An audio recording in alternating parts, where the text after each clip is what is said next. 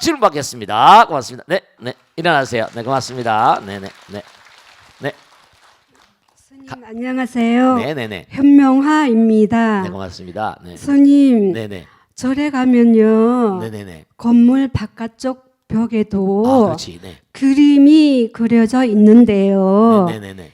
그런 그림도 응? 불화라고 하는지 네, 네, 또 어떤 내용들이 있는지 네, 네, 궁금합니다. 네, 네. 박수로 하세요. 다 된 거예요? 아이고, 참 또박또박 잘 질문하신다. 네. 자, 절에 가면 그 안에 법당 안에도 그림이 있고 그죠? 바깥에도 벽에도 이렇게 그림이 있어요. 물론 그게 다 불화라고 불러요. 그런데 힌디 이른바 인도 말로 탕카 법당에 그려진 그런 그림을 탕카라고 그러는데 그 탕카가 번역되다 보니까 중말로 되니까 탱화라고 그렇게 탕카가 탱화로 변해버렸어요. 다 불화야, 다 불화. 근데 이 불화의 기원이 어떻게 됐느냐 여러 가지 학설들이 있지만 대표적으로 불화가 지금까지 남아있는 것 중에 대표적인 게 뭐냐면 아지안타라고 하는 곳이죠. 아지안타. 이 아지안타 저 데칸곤 인도의 중서부에 가면 한 20여 킬로가 바위산인데요. 띄엄띄엄 있는데 집중적으로 모이는 몇 킬로가 되고 말씀이죠. 거기다 제가 그 한번 비디오로 본 적이 있는데 돌이에요. 돌에 굴을 파고 거기다가 불상을 어마어마하게 새겼어요. 근데 그 뒷면에 너무 아름다운 불화들이 많이 있는 겁니다. 그 불화가 정말 아름다운 불화들이 많이 있는데 거기 기록에 보면 재미난 게 있는데요. 거기 그런 게 있대요. 뭐냐면 누군가 그 불가사의 그 아지안타 속골들은 불가사예요. 어떻게 이걸 갖다 쫙 수백 몇 킬로를 갖다 이렇게 이 굴을 파가지고 부처님 만들고 그 다음에 불화를 적했을까? 불가사예요. 그런데 거기 보면 기가 막힌 게 내가 여기서 이 돌을 깨다가 죽으면 다음 생에도 여기 와서 내가 숨겨놓은 이 돌을 뗀 정과 끌을 찾아서 이 불상을 완성하기를 그렇게 써놓고 죽었대요. 그러니까 원력 따라서 계속 또 다음에 여행을 와서 여기 예사롭지 않다 해가지고 뭔가 다시 와서 또 그걸 파고 또 파고 몇백 년 그렇게 계속 온 사람들에서 그게 뭔고 하니 만들어졌다는 전설 같은 얘기가 나옵니다. 근데 이제 중국에 불교가 들어와 가지고 중국의 스님들이 인도를 많이 여행을 다니다 보니까 아지안타 그것도 엘로라 석굴벽화 이런 걸 보게 된 거예요. 그래가지고 중국에 와서도 만든 게 유명한 도낭 막고굴이라는 거예요. 도낭에도 또 벽화가 아름다운 게 어마어마하게 많습니다. 도낭도 이게 불가사의 유네스코 뭐 문화유산인가 어쩌고 그러지만 어쨌든 간에 막고굴. 그리고 여기 도낭엔 또 뭐냐면 그 굴을 만들고 그 안에다가 정말 이 베리어라고 하는 그 영국 사람인가 누군가 도낭을 그냥 막 모래에 그냥 묻혀있던 걸 발굴해냈어요. 그 안에 어마어마한 보물이 들었던 거예요. 옛날 고대 경전 뭐 해가지고 도낭학이라는 학문이 있을 정도로 도낭학문이 생긴 거예요. 그러게 벽화가 막 부처님 뒤에 있고 하다 보니까 그래서 이제 그게 중국의 절들마다 그래서 부처님 뒤에 모신 걸 대체로 탱화라고 부르고 다 탱화고 불화지만 근데 이제 삼존탱이라거나 신중탱이라거나 아미타 탱화라거나 탱이라고 부르고 이른바 말하면 법당 안에 불화 바깥에 이제 뭐 불화 이렇게 합니다. 그 옛날에 보면 솔거라는 스님이 황룡사에다 뭐 그랬다 그러잖아요, 그죠?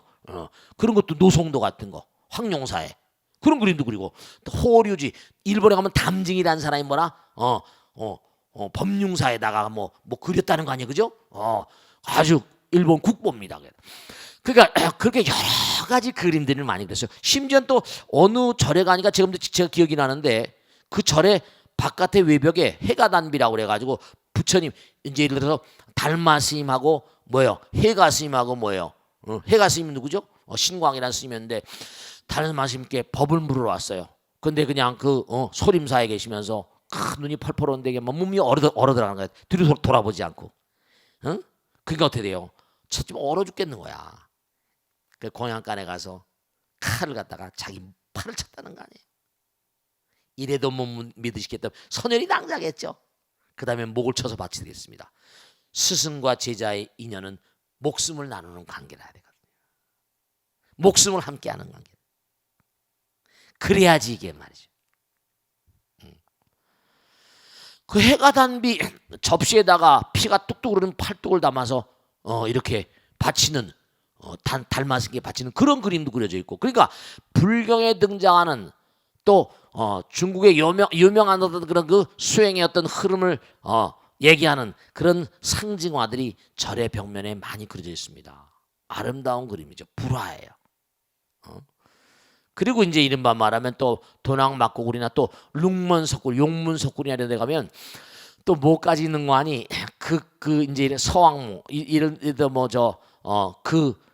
뭐죠? 불상을 만드는데 시주하신 왕이라거나 무슨 황제라거나 시주자 같은 이런 사람들도 그려져 있는 동굴 벽화가 이른바 말하면 그 벽화가 그까지 불화라고 할 수는 없지만 그런 세 가지 양상으로 그렇게 나누기도 합니다. 그러니까 이게 전부가 다 이른바 말한다면 우리가 그렇잖아요. 우리가 뭐 예술 그러면 음악도 있고 또 미술도 있고 뭐 여러 가지 있잖아요, 그죠? 조각도 있고.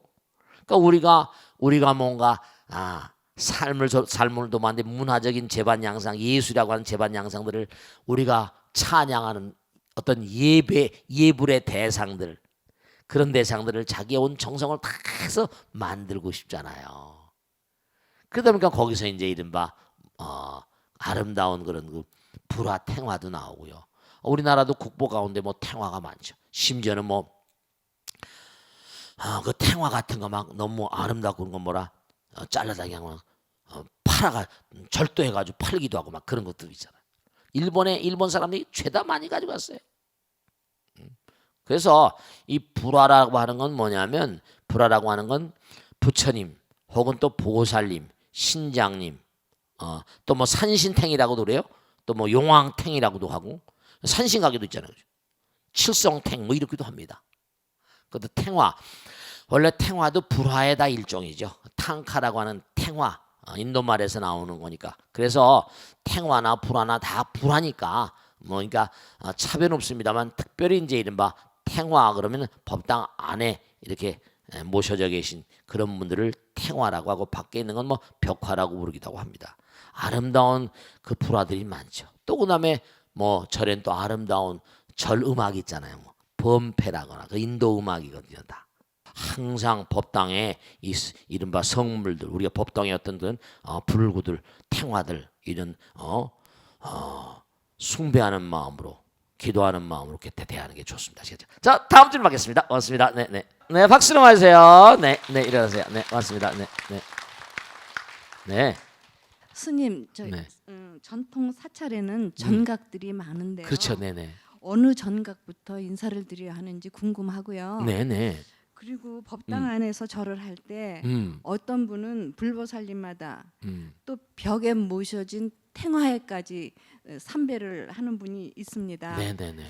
그 법당 안에서 절하는 순서를 좀 알려 주시면 감사하겠습니다. 네, 박수로 맞으세요. 네. 전각. 네. 이 전이란 말하고 각이란 말이 달라요. 아시겠죠? 그러니까 대웅전 그러잖아요. 그죠? 또 뭐 관음전이래요. 또 어떤 데 원통전이라고. 또 각은 뭐 산신각, 용왕각이래요. 독성각. 그러면 뭐냐면 전이란 말은 부처님이나 보살님 모신 곳이. 각은 이른바 말하면 뭐 산신각, 불교에서 수용한 민간 신앙이랄까? 칠성각, 독성각. 그러니까 저는 이제 뭐 무슨 좀 급수가 높은 불보살님 신장님들을 모셨다고 한다면, 부처님 모신 곳이라고 한다면, 각은 민간 신앙에 수용한 여러 가지 형태를 모시고 있는 그런 곳입니다. 아시겠죠? 저도 그래서 과거에 한번 조사해 본 적이 있어요. 도무지 우리나라에는 몇 가지 형태의 그런 법당이나 각 같은 전각이 있는가 했더니 보면은 대체로 한 법당이 뭐 응진전 무슨 많습니다.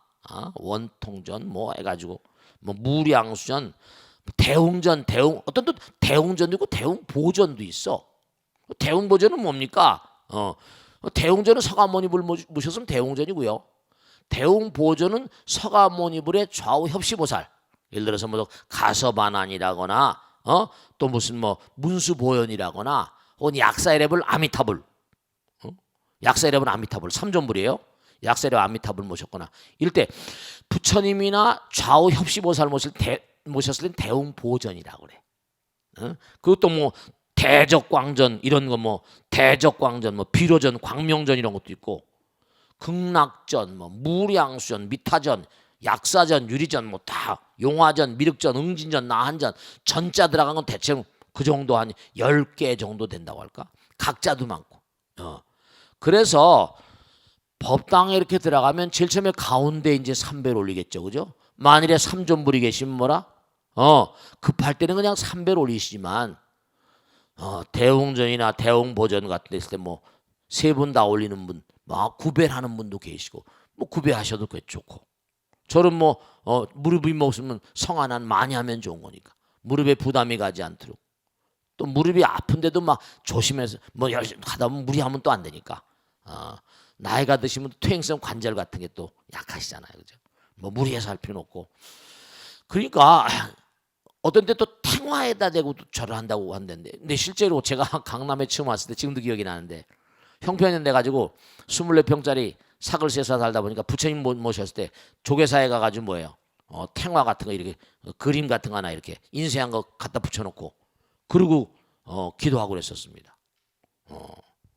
뭐 절에 아직 절이 제대로 형편이 안 되면 그렇게 하기도 하겠죠. 아마 모르긴 하겠지만 예전에 이 괴불이라거나 탱화 같은 거 있잖아요. 괴불도 괴불탱이라고 그러지 그죠?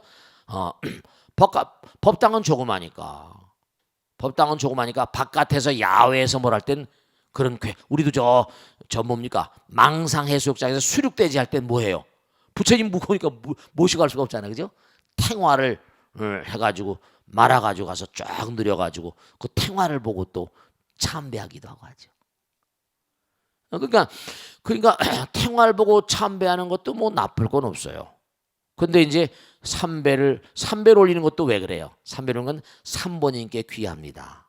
그 다음에 또 삼배라는 건 신구의 삼업을 참여합니다. 이런 뜻이 들어있어요. 뭐 삼배라거나 구배라거나 뭐 108배라거나 또 무슨 뭐 1000배, 3000배라거나 그만큼 하면 할수록 내 마음이 점점 구부러지잖아요. 그래 안 그래요?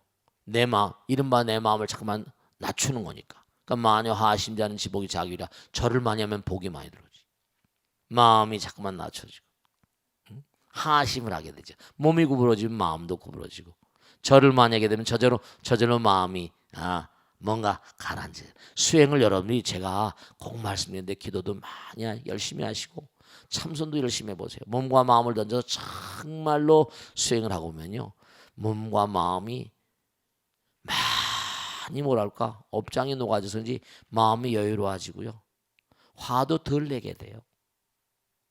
짜증도 덜 내게 되고 실제로 그렇게 됩니다. 그러니까 절을 하는 게 절하는 방법이랄 게 우선 그 원리를 아시고 우선 절에 들어가면 제일 처음에 뭐예요? 부처님께 무슨 초를 켜고 향을 올리고 청수 올리고 이러잖아요, 그죠? 그것도 다 의의가 있죠. 초를 켜는 건 내 마음의 등불을 밝히는 거고, 물을 올려놓는 건 아까도 말씀드렸지만 이 물 여러분 이거 하나 아까 두뇌도 물이라는 말씀드렸죠, 그죠? 80~90%가 물인데 하나만 딱 물에 대해서 말씀드릴게요. 여러분죠. 물은 세계적으로 물을 연구하는 과학자들이 너무나 많습니다. 근데 꼭 명심할 게 하나 있다. 물은요. 그 물 자체로 물건은 액체죠. 액체가 아니에요. 이렇게 말 이상하게 생각하실지 모르겠어요. 물은요. 상온에서도 증발이 되잖아요. 물빨래 가지고 널어놓으면 물기가 다 빠져 안 빠져요? 네, 그 물 자체로 기체성이 있습니다. 언제든지 날아가길 준비가 되어 있는 기체 상태로 있기도 하고 그 다음에 물에는요. 이른바 말하면 얼음 문자도 같이 있어요. 그러니까 온도가 떨어지면 언제든지 얼 수 있는 거예요. 그 중요한 건 뭐냐면 여러분이 마음이 냉촉해지면 암이 된 원인도 물 분자가 얼음 분자 상태로 물속에 녹아 있는 게 아주 많이 있습니다. 그 물은 3태가 같이 들었어. 그러니까 화엄에 나온 일미진중 함시방이야. 한 티끌 속에 우주 시방 3세가 다 들어있으니까 과거 현재 미래가 다 들어있어. 참 미묘한 거예요. 그냥 물이고 액체라고 생각하면 바보야. 그러니까 마음을 냉정하게, 그러니까 우리가 당장 뭐예요? 뛰고 막 한 말이죠. 그러니까 운동이라는 게 중요한 게 뭐냐면 가능한 한 뭐죠? 여러분 이걸 아셔야 된다. 뱀들은 뭐예요? 냉피동물이라고 하잖아요. 냉혈동물. 그 추운 겨울에 얼음 속에 이 땅 속에 들어가서 6개월을 살잖아요. 동면하잖아요. 피가 차다 그러잖아요. 독은 찬 겁니다. 독심이 뭐예요? 찬 거예요. 삼독심이라고 그러죠. 그러니까 여러분이 자꾸만 기도하고 땀을 많이 흘리는 게 좋다고 그러잖아요. 마음이 냉정하면 안 돼요. 그러니까 몸에 물이 육신, 이 머리 아래는 60%, 65%고 머리는 8, 90%예요. 이 덩어리 두개골만 빼면 다 물이라니까. 기름 상태지만 출렁출렁 돼요 진짜로. 소장이 뇌예요. 장청뇌청이에요. 근데 우리가 먹는, 왜 당뇨가 공간이, 우리가 먹는 음식 이른바 1탄당서부터 다탕당까지 있는데 중요한 건 금방 내가 뭘 설탕이라거나 포도당 같은 걸 먹으면 혈당이 올라가겠죠. 근데 이게 혈당을 확 올리면서 멀리 안 가요. 금방 소화가 되거든요. 근데 소장 같은 데까지 이게 안 가요. 중요한 게 있습니다. 여러분들, 제가 전문가한테 얘기를 들었는데요. 여러분 미숫가루 같은 거 있죠? 뭐 물에 휘저어서 마시는 거, 그거 절대로 소용이 없다는 겁니다. 이 탄수화물을 소화시키는 아밀라제 입에서밖에 안 나온대요. 아밀라제는 입에서만 나오는데 이게 그냥 꿀떡 들어가면 그냥 배설된다는 겁니다. 제가 과거에 그런 미숫가루 같은 거 먹거나 이러면 설사라고 게 원인을 몰랐었어요. 근데 그걸 마시게 되면은 그냥 설사할 가능성이 크답니다. 그렇기 때문에 다탄당이 어디 많이 들어가니 소장에 좋은 건 마늘하고 양파, 파 같은 겁니다. 그 다음에 대장, 더 멀리 가야 돼. 멀리 위장에서 12장, 소장 이렇게 내려가잖아요. 그죠? 더 멀리 가는 건 다탄당은 우엉, 대장의 종은 우엉하고 도라지, 더덕 같은 거래요. 나 참 정말. 그래서 소장에 좋은 거하고 대장에 좋은 그런 걸 먹어야지 소장과 대장이 건강해진대요. 그게 두고 야 이거 정말 웃기는구나. 음식 먹는 것도 박사한테 배워야 되겠네. 진짜 모르니까요. 물에도 기체로 금방 증발되거나 액체, 고체가 다 들어있대. 물에 삼태가. 그러니까 내가 화를 내고 짜증을 내고 막 마음이 냉촉해 독심이 있으면요. 몸이 냉해진대요. 짜증을 많이 부리니까 임신을 잘 못하고 아랫배가 차진대요. 그러니까 우리가 음식 같은 것도 가능한 한 여러분이 소장, 대장 이게 내가 할 수 있도록, 그러니까 우엉이 좋다고 그러잖아. 도라지가 좋다고 그러죠. 그죠? 더덕 같은 거, 이거 이른바 마늘이라거나 이런 거, 뭐 양파 같은 거 이런 게 소장, 대장까지 내려가면서 거기에 왜냐? 하나만 마지막 말씀드릴게요. 왜냐? 소장에 들어있는 균이 락토바실러스랍니다. 그거는 이른바 그런 탄당을, 그러니까 우리 몸은 목장이에요. 대장에는 비피더스균이 들어있대요. 야쿠르트균 같은 것도 비피더스균이 뭐냐인데 락토바실러스하고 이게 다르답니다. 들어가다가 죽어버리는데 그 락토바실러스하고 비피더스가 소장, 대장이 있기 때문에 그들이 좋아하는 음식이 다탄당이랍니다. 그들이 좋아하는 영양분이 그런 거예요. 그 뱃속에 거기까지 도달해야 되는 거야. 그러니까 참 이게 우리가 알아야 돼요. 그러니까 우리 몸에 있는 균주들의 어떤 흐름. 제가 참 이게 설사를 자주 했더니 그게 이제 급하니까 막 먹고 막 마시고 그냥 막 밥을 꼭꼭 씹어 먹지 않고 이러다 보니까 그러더라고요. 명심하시고 이게 다 절에 절하는 거 이런 거 다 이게 삼배 올리고 하는 거 이게 다 엄청난 수행이라는 걸 아시고 항상 정진하시려고 합니다. 아시겠죠?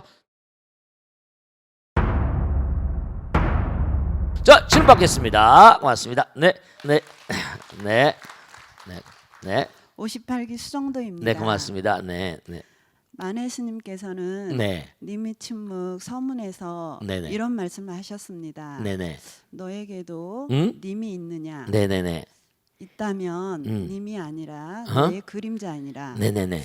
왠지 반야심경의 가르침과도 뭐가 일맥상통한 게 아니야. 통하는 말씀이 아닌가 싶은데요. 네, 네, 네. 큰 스님의 고견을 청합니다. 네, 박수로 맞으세요. 네, 이 만해란 스님은 참 우리 한국 불교의 선구자죠. 그 불교 유신론이라거나 미래를 내다보고 한 것 같아요. 근데 우선 님, 우리가 님 그러면 여러 가지 뜻이 있죠. 뭐 이 만해가 말한 님이 무엇이냐에 따라서 시의 해설자들마다 다 다른데요. 뭐 만해 스님과 직접 만나서 얘기를 들어봤으면 모르겠죠. 님이라는 거 우리 조국일 수도 있다. 이거 뭐 그런 얘기도 하고 사랑하는 님일 수도 있고 뭐 여러 가지. 근데 우리가 뭐 부처님이 될 수도 있고 뭐. 그러니까 님이라는 게 전부 다 뭐냐면 내가 어떤 님이다라고 할 때 뭐냐면 님을 객관화시켜서 그리운 님. 그리운 님은 뭐죠? 내가 어떤 그리운 님이 있다 그러면 어떻게 돼요? 내 마음이 뭐죠? 만든 거잖아요. 예를 들어서 여러분의 그리운 님은 누구야? 그리운 님은 누구야? 남편이야? 아내야? 뭐예요? 그 여러분이 마음 가운데 뭔가 투영이 돼서 그런 대상이 내 앞에 서 있는 거예요. 그러니까 일종의 마음의 그림자 같은 거죠. 주변의 모든 대상들이 화엄해 보면 뭐죠? 이것도 이제 스님이니까 화엄을 다 공부하셨을 테니까 주변의 모든 상황들은 내 마음의 그림자거든요. 내 마음의 그림자예요. 여러분들이 사실은 뭐냐면 자기 자신도 마찬가지야. 주변에 있는 것도 내 마음의 투영이고 그림자이고 내 몸도 이 껍데기도 뭐죠? 내가 내 마음의 그림자라니까. 육신조차도. 이게 업이니까. 업의 소산이니까. 여러분의 몸뚱아리도 뭐예요? 마음이 여성다운 마음이 있으니까 이렇게 여성의 몸을 가지고 남성다운 마음이 있으니까 남성의 몸을 가지고 이렇게 되는 거예요. 또 여러분의 마음이 뭔가 아니 내가 뭐 열심히 근면성실하고 그렇게 노력하는 마음이 있으면 육신도 뭔가 아니 그걸 따라서 그렇게 움직여주는 그런 그 존재이기도 하고 말이죠. 지난번에 무득 이무소득고라고 나왔잖아요. 그죠? 득과 소득, 주관과 객관. 그러니까 이른바 우리가 사는 세계는 이게 상대성의 세계이기 때문에 주인이 있으면 종이 있고 주관이 있으면 객관이 있고 그게 하나로 만나는 그러니까 이제 다음에 증도갈 공부하면 신신명 공부할 때 나오잖아요. 하나의 세계. 그러니까 하나의 세계 실상의 세계지. 그러니까 우리가 눈에 보이는 모든 만상은 뭔가 아니? 실상의 세계로 나가는 과정 가운데서 우리가 계속 이렇게 거도처럼 뒤집어 써야 되죠. 금생이니까 대한민국에 이렇게 뭔가 아니? 뒤집어 쓰고 나왔지만 어떻게 될 것 같아요? 내 생엔 또 어떻게 될 것 같아? 내 생엔 금생에 산 것에 따라서 또 이게 거울이야. 내 생의 거울이다. 그러니까 너에게도 님이 있느냐? 님이 있다면 뭔가 아니 아마 너의 그림자 아니라 여러 가지 회한에 섞인 말이기도 하고 왜냐하면 그 당시는 만해 한용운 선생님께서 계시는 그때는 우리가 일제시대거든. 우리의 님이 한국이라 조선이라고 한다면 우리가 그동안에 뭔가 아니 잘못 살아서 이렇게 나라를 뺏기지 않았느냐. 네 마음의 그림자 아니라 뭐 이렇게도 해석할 수 있겠고 여러 가지로 있잖아요. 근데 지금 뭐 남편이 있으면 그것도 네 마음의 그림자 아니냐. 네 아들 딸도 마찬가지. 네가 놓이는 위치도 마찬가지. 마음의 그림자라는. 심효공화 사람 마음이 몽환이 모든 만상을 그린다는 거예요. 그러니까 오늘 말씀드린 대로 뭐냐면 여러분 마음이 부처가 되면 뭐죠? 그런 얘기하잖아요. 내 마음이 부처면 뭐라? 모든 대상들을 뭐요? 부처로 보는 거죠. 부처가 투영되는 거야. 내 마음이 보살의 마음이면 모두가 다 뭐라? 보살로 보이고 내 마음이 개면 뭐라? 뭐밖에 뭐예요? 똥으로 보이는 거지 다 똥으로. 그렇게 되는 거예요. 그러니까 우리가 삶을 살아가면서 모든 만상이 다 내 마음의 그림자야. 내 인생 자체도 마찬가지고 내 인생이 잘 나가고 있다. 뭔가 과거에 좋은 그런 마음을 가지고 좋게 쓴 거지. 보살심을 가지고 나라가 다른 나라의 속국이 되고 처참하게 압박당하고 다 뺏기고 죽임을 당하고 왜 이렇게 우리 국민은 왜 이렇게 나약하고 취약하냐 이거야. 이게 다 뭐라? 너의 그림자다 이거야. 슬프다 이거지. 아프다, 가슴 아프다 이거지. 그러니까 여러분들이 뭐냐면 여러분의 주변 모든 환경, 나의 현실 자체도 마찬가지예요. 이게 전부 다 여러분의 마음의 그림자, 전생의 그림자, 엄마 아버지 여러분이 그렇잖아요. 여러분 아들 딸 다 낳아봤지. 그럼 뭐예요? 안 낳아보신 분도 계실까 모르겠지만 못해요. 그냥 뱃속에 들어오니까 집어넣어 주는 대로. 그래 안 그래요? 내가 뭐 낳고 싶다고 뭐 끌어들인 겁니까? 그런 인간들도 있지. 사임당 같이 그냥 막 10년 적공을 하고 기도하고 내 뱃속으로 좀 시대의 천재를 하나 낳고 싶다. 이야, 그건 끌어들인 겁니다. 그것도 마음의 그림자지. 그러니까 무서운 마음으로, 매운 마음으로 10년간 만약에 남편 안 만나봐. 만나고 싶으면 미치겠지. 그러다가 만나봐. 그러면 그게 하늘을 찌를 것 같지 그냥. 그래 안 그래? 볼테지가 그냥 전압이 그냥 불꽃이 팍팍팍팍 튀어버린다니까. 좋아서 죽는다. 좋아서 죽어. 불꽃이 막 튀어버린다니까 이게. 그러니 그냥 고공에 있는 고도의 영혼인 율곡 같은 천재를 끌어들이는 거야. 마야 부인도 뭐냐면 500생 동안 보살 만났다고 그랬잖아요. 그 여러분이 몸과 마음을 갈고 닦고 정말 정진하고 보살의 마음으로 살아야 되는 이유가 주변의 모든 상황들이 전부 다 마음의 그림자라서 그래. 모든 게 다 마음의 그림자야.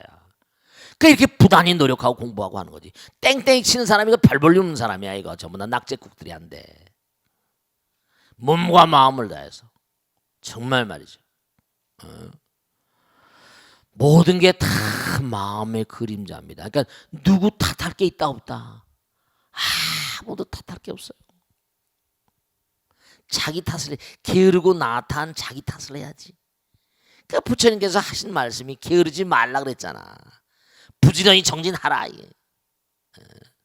내 자신을 등불로 삼고 법을 등불로 삼고 나가라. 게으르지 말아야 돼. 게으르지 말아야 돼. 불교는 그런 종교에 그런 걸 가지고 이렇게 죽을 쓰고 있으니 말이지. 환장할 지경이잖아. 맨 딴짓만 하고 말이지. 정말. 너무 답답해. 그러니까 무가해고 무공포 다 쳐없애버리면 부처님의 힘이 흘러들어와 버립니다. 제가 얘기하잖아요. 렌즈 얘기 많이 했지. 렌즈를 딱 각도를 맞춰놓으면 다 태워버린다고. 부처님과 각도를 맞춰. 그리고 나와 남이랑 다 부처님께서 무한이라니까. 무한이에요. 명심하실 것. 주변의 모든 상황들은 전부 다 뭐라? 내 마음의 그림자다. 내 마음의 그림자. 빛과 그리고 그림자. 그러니까 정말 여러분이 금생의 삶을 살아가는 모든 환경들 다 내 마음의 그림자야. 내 육신조차도 이쁘게 생겼건 밉게 생겼건 무엇이건 간에 그러니까 아무도 탓하지 말고 그냥 부처님 잘못했다. 죄송합니다. 열심히 살겠습니다. 그렇게만 열심히 해야 돼. 자, 다음 주로 가겠습니다. 박수로 맞으세요. 네, 박수로 맞으세요. 네, 오케이. 네, 맞습니다. 네. 안녕하십니까. 네. 58기 김성도아입니다. 네, 고맙습니다. 열심히 나오신 분데. 네. 스님, 우리는 매 순간 생각을 하고 네. 판단을 하며 살아가고 있는데요. 네네. 불교에서는 항상 분별심을 버리라고 하고 그렇지. 너와 나의 구분도 없다고 합니다. 네네. 그렇다면 우리가 무엇을 기준으로 선택을 하고 판단을 해야 하는지 궁금합니다. 네, 좋은 질문이세요. 박수로 맞으세요. 중요한 유명한 얘기인데 그 자본주의의 어떤 그런 money made is the measure of success of brains. 이른바 money made. 자본주의에서는 돈을 얼마나 벌었냐가 척도래. 그 사람이 얼마나 돈을 버는가. 그게 자본주의의 이제 어떤 척도가 중요하거든. 척도가. 이른바 말하면 잣대. 자본주의는 돈으로 그 사람을 모두 평가하잖아. 결코 이게 긍정적일 수가 없지. 중요한 사실은 뭐냐면 그러면 그 사람이 돈을 많이 벌었을 땐 뭐 좋은 사람이고 돈을 조금 벌으면 나쁜 사람이야? 칼뱅 신학에 보면 칼뱅이라는 사람, 장 칼방이라는 사람 뭐라는 거 아니? 네가 번 돈이 신의 뭐라? 신의 소명. 이른바 말하면 하나님에게 얼마나 복을 받았냐, 하나님이 너를 얼마나 인정해주는 척도다 이렇게 얘기했어요. 그러니까 그 맥스 웨버는 프로테스탄트의 윤리의 자본주의 정신의 유명한 책 있지. 프로테스탄티즘의 윤리와 Ethics of Protestantism and the Spirit of Capitalism. 유명한 책인데요. 대학에 들어가게 되면 교수들이 꼭 한번 읽어보라고 권한 책입니다. 그냥 Ethics of Protestantism, 이런 종교와 자본주의를 이렇게 연결시켜 놓은 거예요. 장 칼방이라는 사람이. 그래서 이제 칼뱅 교도들이 이제 자본주의 그러면서 돈을 벌어서 뭔가 헌신, 봉사하고 뭔가 베풀고 하는 그런 게 중요하다고 얘기하지. 무슨 말씀을 드리려고 하는 거 아니? 분별심. 우린 분별 안 하고 살 수가 없어요. 다 나와 남이 있으니까. 근데 부처님의 잣대를 가지란 말이에요. 부처님의 척도를 가져야 돼. 불교 신자들의 불교의 척도가 뭐냐? 모든 일을 한 척도가 뭐냐? 모든 말과 생각과 행동, 그 척도를 올바로 제시해 줘야 되거든. 부처님은 뭐라고 말씀하셨냐? 이게 아주 중요한 거란 말이에요. 근데 척도를 제대로 일러주지 못하니까 불교 신자들이 말과 생각과 행동, 일상생활에서 어떻게 살아가야 좋을지. 예를 들어서 스님들이 뭐 지난번에 어떤 질문을 받았는데 스님 어떤 스님 40년 동안 말이지 40년 동안 해진 무슨 누더기를 입고 사셨다는데 세속에 어떻게 그렇게 사냐 이거죠. 그렇게 살 수가 없지. 패션이 매일 변하는데. 스님들은 출가자들이고 여러분 재가자들이라니까. 물론 검소한 게 좋다고 하지만 40년씩 누더기 입은 사람에게 나와봐봐. 그런 게 스님들은 청빈하게 사니까. 채색지와는 심오독상이 성기집이야 상소올려다. 재물과 세계화가 정말 독사보다 심하다 그러니까 항상 그릇됨을 잘 살펴서 항상 멀리 여이라. 그게 이제 불교의 장전 부처님 출가자들에 관계된 거야. 재가자들은 재가자들의 윤리가 그러니까 출가 재가가 부처님께서 확실히 나누셨다니까. 그러니까 비구 비분이 뭐라? 우바세 우바이. 그럼 재가자들은 어떻게 살 것인가? 불교에서 나와 남이 딸리 없다고 그랬잖아요. 뭐냐면 남을 위하는 것이 나를 위하는 것이라는 확실한 척도를 가져야 돼. 남을 더 배려하는 것이 선입니다. 나보다 남을 더 배려하라는 거야. 어떻게 스님 그럴 수 있습니까? 그럼 내가 내 호주머니에 나가야 되는데 절대로 부처님께서 말씀하신 대로 나와 남이 둘이 아니고 하나니까 네가 남에게 베풀면 부처님이 다 아세요. 부처님이 아세요. 그걸 생각하시라니까. 저 들판에 있는 산에 있는 저 지리산에 있는 돌배나무라거나 능금나무 같은 것들도 다 부처님이 키워준다니까. 남을 위하게 되면 뿌려놓은 대로 거둔다니까. 예전에 어떤 모사님이 그래. 스님, 제가 어떤 친구가 돈을 빌려갔는데 돈을 안 갚아요. 어떻게 하면 좋냐. 그래서 돈을 빌려줬는데 그 친구가 자기가 이제 불살했는데 불살해서 복 받으면 갚는다는데 어떻게 하면 좋냐고 막. 자기가 돈을 빌려준 걸 그 사람이 불쌍해야 되는 거야. 그 내가 불쌍해서 불쌍했으니까 이제 좋은 일이 오면 그 다음에 갚는다는데 어떻게 하면 좋냐고 물어보더라니까. 그게 뭐라고 내가 대답해야 되겠어? 보살이 한 걸로 생각해라. 이러죠. 여러분 말씀이죠. 이 우주는요 부처님 나라예요. 정말입니다. 내가 사업을 하다가 뭐가 안 됐다. 그럼 두 가지로 생각해. 첫째로 뭐라? 내가 그동안에 베풀고 펼치지 못하니까 많은 사람들 베풀었다. 이렇게 생각을 하든지, 아니면 내가 전생에 진 빚을 뭐라? 갚았다든지, 아니면 내가 뭔가니 어리석어서 잘못했으니까 어리석음의 대가 튜터십 이런 말 뭘까? 가정교사비라든지 그것도 거기서 배우는 게 있거든. 절망하고 좌절하지 말고요. 뭐 여러 번 실패하면 다시 일어나기 어려우니까 쉽지 않다 하더라도 중요한 사실은요, 모든 건 이 세상 사람은 허망합니다. 허망하다니까 스님이 삶의 가치가 없다는 건가? 그게 아니라 다 우리의 교훈을 주는 내용이고 흘러가는 물결 같은 거예요.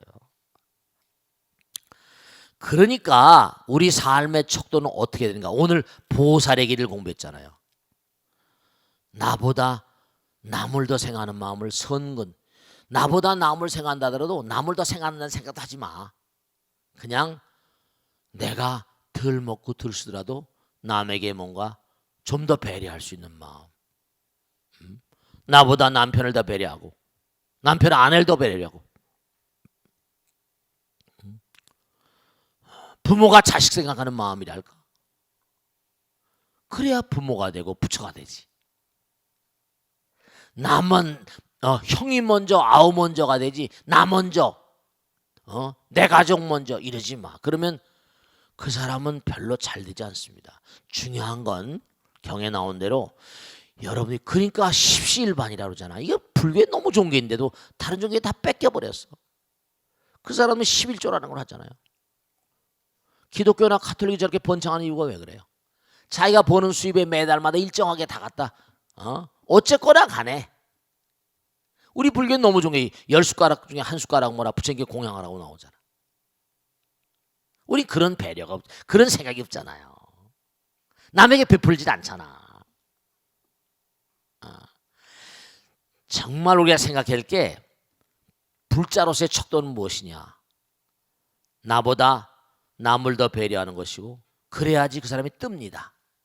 중요한 건 어제도 부산 가서 그런 말씀했지만 우리가 뭐 천당 가자 극락 가자 성불하자 허공이 되는 거 아니에요. 허공에 뜨려면 되죠? 내려놔야 뜨는 거야. 내려놔야 뜨는 거라고. 내려놔야지 중심을 향해서 가고 부처님 나라를 향해서 갑니다. 남을 더 배려하는 사람, 그런 사람들이 뜨는 거예요. 다른 사람이 뜨는 게 아닙니다. 다 이 우주는 필요곡절이야. 만사가 다 그게 그렇게 된 이유가 다 있단 말이에요. 그러니까 내가 10억짜리 부자가 되려면 10억짜리 그릇이 있어야 되고 100억짜리가 되면 100억짜리 그릇이니까 그만큼 더 비워야 되는 거야. 산이 높으면 골이 깊어야 됩니다. 그렇게 되는 거예요. 태양이 떠오르는데 뭔가 아니 제일 먼저 비추는 건 제일 높은 맷불입니다. 높이 올라가려면 그만큼 뭐라 힘든 거예요. 올라가긴 너무 어렵지만 굴러 떨어지긴 너무 쉬운 게 이 우주의 철칙입니다. 그러니까 우리가 삶을 도모하면서 나의 삶의 척도는 어디에 있어야 할 것인가? 항상 뭐라? 남을 배려하는 마음, 나보다 남을 더 생각하는 마음. 정말 억울할 때도 많이 있죠. 정말 야 이건 아닌데 싶은데도 정말 답답할 때도 많이 있죠. 부처님께 기도하는 마음으로. 그래서 항상 우리가 삶을 도모하면서 무엇을 기준으로 살 것인가? 능엄에도 나오지만 나와 남 사이에 마지노선이 있다고 칩시다. 그럼 50대 50이에요. 적어도 인도 환생하려면 50대 50의 마음은 돼야지 인도 환생을 합니다. 나 생하는 마음 50점, 남 생하는 마음 50점. 그러니까 호떡이 하나 있으면 반은 너나 먹을 줄 알아야 돼. 근데 거기서 남 생하는 마음이 60점이고 나 생하는 마음이 40점이면 이 타심이 더 크잖아요. 떠버립니다. 신장들의 반열이 돼버려. 천룡팔부 신장들. 좀 더 나가면 70점 되면 점점 뜨게 되고 완전히 내가 녹아져버린 성불하는 거고요. 그래서 내가 남을 배려하는 마음이 결국은 성장의 비결입니다. 제품을 하나 만들더라도 못해요. 고객들을 우선시하는 그런 제품들이 성공적인 그런 그 제품이 되잖아요. 아시겠죠? 항상 어떤 기준으로 살 것인가? 나보다 남을 배려하는 마음, 그 마음이 불자의 척도가 됩니다. 자본주의라고 해서 무슨 돈을 많이 벌고 안 벌고 이게 문제가 아니고 그 자본주의가 계속 비틀거리잖아요. 자, 오늘 여기서 끝내겠습니다. 대단히 감사합니다. 고맙습니다. 네.